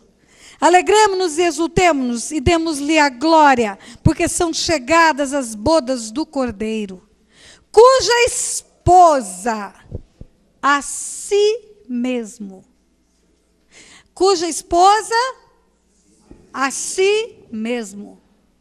a si mesmo se ataviou. Deus nos dá os preceitos, os princípios, as estruturas, e nós, deliberadamente, pela nossa vontade, aplicamos na nossa vida. Há uma tendência nossa de culpar os nossos antepassados. Mas eu quero trazer à sua memória uma história, que havia 2 homens no Éden, Caim e Abel. Um deles resolveu matar o outro, eles tinham a mesma herança espiritual. Mesmo local, mesma origem, mesmo pai, mesma mãe, mesma concepção. E um deles escolheu o mal. Sempre vai passar pela nossa escolha, igreja. Sempre. O nosso sacerdócio, ele é permeado por escolhas, da hora que saímos da cama até a hora que dormimos. Aonde formos, nós vamos estar sujeitos às coisas que não são certas e às coisas que são certas, em cada momento da nossa vida. Eu garanto para vocês que se nós aplicarmos os preceitos de Deus da maneira mais espetacular que pudermos, até com sacrifício, sim, com sacrifício, porque quando Jesus diz, Pai, se possível passa de mim esse cálice, que não seja feita a minha vontade, mas a tua vontade. Fazer a vontade do Pai foi sacrifício para o Filho. Eu gosto muito de um texto que está em Hebreus. Esse texto, para mim, ele fecha essa submissão de Jesus a essa vontade do Pai. Hebreus capítulo 5, está escrito assim no versículo 7. Ele, Jesus, nos dias da sua carne, tendo oferecido com forte clamor e lágrimas, orações e súplicas, a quem o podia livrar da morte. Escute bem, aqui está tudo no plural. Ofereceu com forte clamor e lágrimas, orações e súplicas. Não foi só aquele chorinho do Getsêmani. Foi muito choro e muito grito. Ofereceu a quem o podia livrar da morte, tendo sido ouvido por causa da sua piedade. Claro que ele foi ouvido, o Pai não é surdo. Embora sendo filho, aprendeu a obediência pelas coisas que sofreu. E tendo sido aperfeiçoado, tornou-se o autor da salvação eterna para todos os que lhe obedecem. Está escrito aqui. Tornou-se o autor da salvação eterna para todos os que lhe obedecem. A vida cristã, ela é sacrificial, sim. Muitas vezes nós vamos ter que dizer, Senhor, não é a minha vontade, mas eu vou me submeter à tua vontade. E quando conseguimos chegar nesse patamar, queridos, nós verdadeiramente vamos ser instrumentos de Deus para abençoar outras famílias na terra. Vamos ser instrumentos de Deus. Primeiro, porque teremos autoridade para falar dessa palavra, desses princípios, desses preceitos. E segundo, porque as pessoas virão a nós, sim, porque elas vêm em busca de ajuda. São inúmeros os casos que teria para te contar. Inúmeros casos de restauração, inúmeros casos de reconciliação, inúmeros casos de volta à casa do Pai, de conversão do coração dos pais aos filhos, dos filhos aos pais. Mas toda vez que isso acontece é porque algo prevaleceu, a vontade de Deus, que é boa, perfeita e agradável. Cada pessoa que você atender vai ter 1000 motivos para justificar o pecado. Desde Adão tem. Adão fala para Deus, essa é a mulher que o Senhor me deu. Por isso que eu comi. Desde o Éden, há uma justificativa para o pecado. Mas desde o Éden, o Senhor fala, o pecado jaz à porta, a ti te cumpre dominá-lo. Queridos, eu quero encerrar orando com você. Mas antes eu quero lembrar o que eu te falei ainda há pouco. Diante do trono de Deus, a visão que Isaías teve é que um anjo fala para o outro, santo é o Senhor, santo é o Senhor, santo é o Senhor, santo é o Senhor, santo é o Senhor.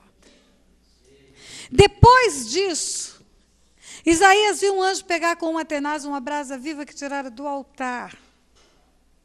E tocou os lábios de Isaías e disse o que o anjo? Isaías 6, eis que a tua iniquidade foi tirada e perdoado o teu pecado. Vem do trono da graça a provisão para tirar a raiz de iniquidade da nossa vida. E vem a graça redentora da cruz para perdoar pecados. E depois disso, a Bíblia fala que depois disso, Isaías ouviu o Senhor dizendo assim, A quem enviarei? Quem há de ir por nós? Depois de ver a grandeza de Deus, depois de ver as vestes do Senhor enchendo o templo, os anjos dizendo uns para os outros: Santo, Santo é o Senhor, Santo é o Senhor. O Senhor dos exércitos. Depois disso, ele escuta a Trindade, porque é por nós a pergunta.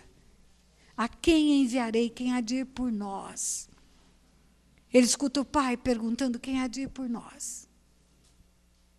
Sabe por que Deus quer limpar a nossa vida? Por que Deus cria no coração de Cote, de tantas pessoas nessa terra, desejo de trazer essas palavras de libertação, de edificação, de restauração, de conserto, para sermos instrumento de Deus nessa terra? Para Ele usar a nossa vida no meio da nossa geração. Eu estava de manhã aqui, pastor Luciano Subirá conta que ele foi impulsionado por Deus a dar um abraço num rapaz, e o rapaz naquela hora estava pedindo aquele abraço a Deus. Por que Deus não abraçou aquele rapaz? Ele, Deus. Porque ele precisa dos braços de um servo dele para fazer isso na terra. Por que Deus não foi ele pessoalmente na casa de Judas, na rua que se chama Direito, onde estava hospedado Saulo de Tarso, cego, porque teve uma visão mais limpa do que o sol? Por que Deus precisa aparecer para Cornélio e falar: Cornélio, Ananias, vai lá e ora com ele, porque ele teve uma visão que você foi lá e orou por ele? E Ananias ainda resiste: Senhor, mas não é esse cara que está trazendo cartas para perseguir todo mundo? Resposta do Senhor: ele é um vaso escolhido por mim. Importa que ele sofra por amor ao meu nome. Aí quando Ananias chega e impõe as mãos, ele enxerga. Por que Deus não fez isso? Porque Deus faz o Joe de outro mundo, ele faz. Mas o desse mundo ele usa homens e mulheres na terra. Por que um dia ele precisou quebrar o paradigma de Pedro, que era preconceituoso, que achava que salvação era só para judeu, para fazer Pedro caminhar até a casa de Cornélio, para levar o evangelho e mandar Cornélio buscar Pedro através de mensageiros? Por que Deus não fez isso ou não mandou anjos fazer? Porque isso é homens que têm que fazer. Como crerão se não há quem pregue? Nós somos chamados, igreja, para com a mesma unção recebida quando o Senhor passou no Jordão, a mesma unção messiânica, o Espírito de Deus está sobre mim para isso, para isso, para isso, para isso. Essa unção está sobre a igreja. E essa unção que está sobre a igreja é que vai trazer vida na terra. É que vai implantar um reino na terra. Quando eu olho para as formas como Deus age, a logística de Deus para usar homens, e vendo Deus usar até homens ímpios para cumprir os seus propósitos. Eu tenho vergonha do tempo que eu dizia: Deus, o Senhor não precisa de mim. Hoje eu sei que sim. Que Ele precisa de mim para orar, para ensinar, para pregar, para aconselhar, para exortar, para libertar, para falar das coisas do reino dEle. E o Senhor quer limpar a sua vida, quer dar forças e ferramentas para você limpar outras vidas, para plantar na terra uma semente boa, implantar o reino de Deus. Amém, igreja? Eu quero que o tecladista venha para cá, ou o violão, alguém que toca. Vamos tanger um instrumento aí. Eu quero orar com você.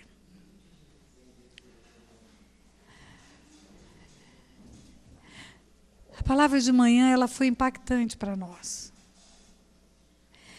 A palavra de tarde, agora à noite, ela traz como um prumo para nós. Precisamos entrar no prumo de Deus, igreja. Nós precisamos entrar no prumo de Deus. É nesse prumo de Deus, maridos na posição correta, esposos na posição correta, filhos na posição correta, exortados na medida certa. É esse prumo que vai trazer famílias benditas para a terra. Eu tenho certeza que se nós fizermos a nossa parte, o dever de casa direitinho. Deus vai cumprir na nossa vida a promessa de salvar a nossa casa. Às vezes você até fica abalado porque você ensina tanto uma geração e a outra geração parece que está quase se perdendo, mas eu creio na fidelidade de Deus porque não baixa a guarda, continua intercedendo, continua lutando no mundo espiritual. Mas você ainda está vivo, apesar de Deus não mandar você exortar 2 gerações. Ele diz que uma geração ensinará a outra. Você pode ensinar a geração que ainda está viva a ensinar a outra geração. E levantar essa corrente bendita na terra. Curva a tua cabeça. Se essa palavra de alguma maneira trouxe arrependimento para as mulheres, por estarem fora do seu papel, coloque-se diante de Deus, confesse esse pecado. Confesse esse pecado e diga: Deus, eu quero fazer um conserto disso. Se o seu marido está aqui, você agora mesmo, vire-se para ele e peça perdão pela insubmissão. Quando a gente fala de Rebeca, igreja, parece uma ficção, um negócio tão longe. Rebeca ajudou um menino a enganar um rapaz, a enganar o seu pai. Isso acontece todos os dias, debaixo dos tetos das famílias modernas. São filhos que têm limites estabelecidos pelos pais, e as mães ajudam os filhos a romper os limites. São filhas que estão indo para a cama com os namorados, com a autorização da mãe, escondendo do pai que está dando autorização. São filhos que o pai diz: olha, para dormir às 11, mas ele trabalha tanto, ele chega tão cansado em casa que ele vai dormir às 10. E o filho chega 2 horas da manhã, e ele pergunta para a esposa: que hora o menino chegou? Chegou às 11, ela diz. Não é diferente do que Rebeca fez. Tomando partido de filhos, tendo predileções dentro de casa e criando problemas no meio dos filhos. Nós temos que nos arrepender disso, mulheres. Nós temos que nos arrepender disso. Maridos que não têm cumprido esse papel, negligenciado essa cobertura que ele representa na sua casa de guardar o jardim, de proteger o jardim, expondo os seus filhos e as suas esposas aos ataques de Satanás. Temos que nos arrepender disso, igreja. Também temos que nos arrepender dos conselhos fáceis de separação. Qualquer desculpa que alguém dá, nós já aconselhamos: separa. Ainda tem pastor que usa a palavra bíblica, fala: vai, minha filha, a glória da segunda casa vai ser maior que a da primeira.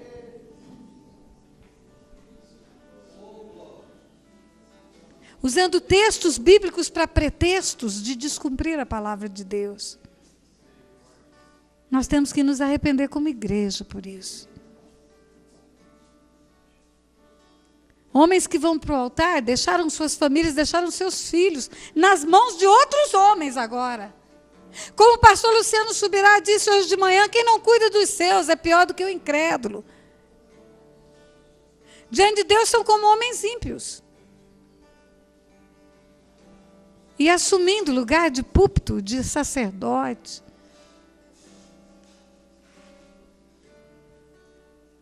Pai, em nome de Jesus, nós queremos nos arrepender, Pai. Queremos nos arrepender, Senhor, por tomarmos a nossa vida com independência da Tua palavra, Pai. Rompendo preceitos Teus, afrontando princípios da Tua palavra. Senhor, nós temos andado, Senhor, como se o Senhor também fosse pós-moderno. Porque a cultura muda, porque a filosofia muda, porque a psicologia muda, porque a ciência muda. Nós queremos que o Senhor mude também. Mas o Senhor é um Deus que não muda, Pai. O Senhor é e será santo, santo, santo, santo. E nós queremos, Pai, ser uma igreja limpa, sem mácula, sem mancha, sem ruga. Queremos ser achados, Pai, como obreiros que não têm do que se envergonhar, Pai. Não tem. Não tem. Queremos ser achados íntegros e irrepreensíveis no corpo, na alma e no espírito, Pai. Íntegros e irrepreensíveis. Não ter do que ser repreendidos, Pai. Não ter motivo para repreensão. Porque nós queremos ouvir do Senhor, Pai, a aprovação. Porque somos a tua igreja, Pai. Teu povo. A tua palavra diz que o teu filho, com o seu sangue, comprou povos de todas as raças, tribos e nações, e os constituiu reino e sacerdotes.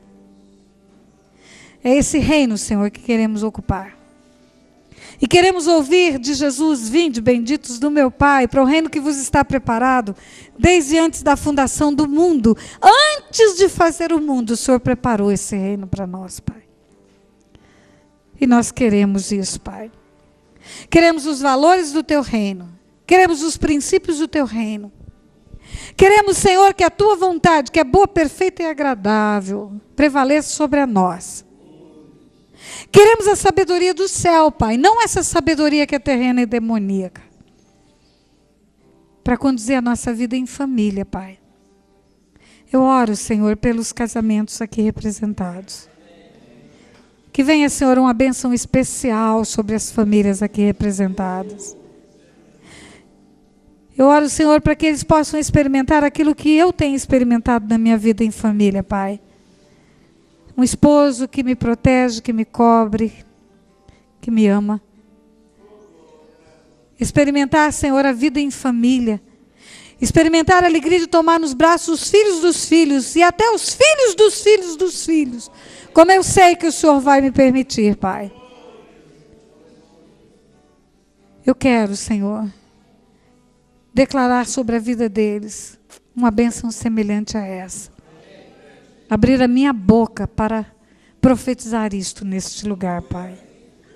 Em nome de Jesus. Em nome de Jesus. Amém, igreja?